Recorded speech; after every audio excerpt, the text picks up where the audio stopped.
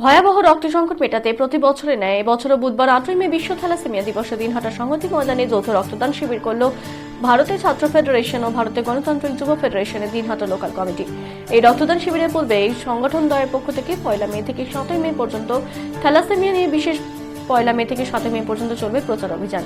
এদিন রক্তদান শিবিরে উপস্থিত ছিলেন ডক্টর নির্মল মণ্ডল, অধ্যাপক জয়দীপ সরকার, কবি সুভাষিস পাল, গণতান্ত্রিক আন্দোলনের নেতা প্রবীর পাল, এমদাদুল হক, এসএফআই কোচবিহার জেলা সভাপতি প্রাঞ্চল মিত্র সহ ছাত্রনেতা আবির দেব, সুব্রত রায়, আকাশ সাহা, ডিআইএফআই নেতা শুভ্রা লোকদাস, উজ্জ্বল গুহ, পূরবী মিত্র, মানস ঘোষ প্রমুখ।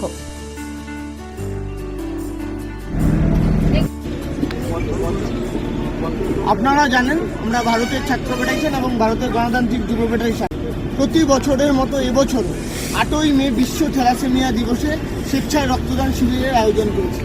আমরা শুধু রক্তদান শিবির করবার জন্য নয়, 1 থেকে 7 তারিখ পর্যন্ত আমরা বিশেষ প্রচার অভিযান সংগঠিত করেছি। বিবাহের পূর্বে কুষ্টি বিচার নয়, রক্ত পরীক্ষা করুন।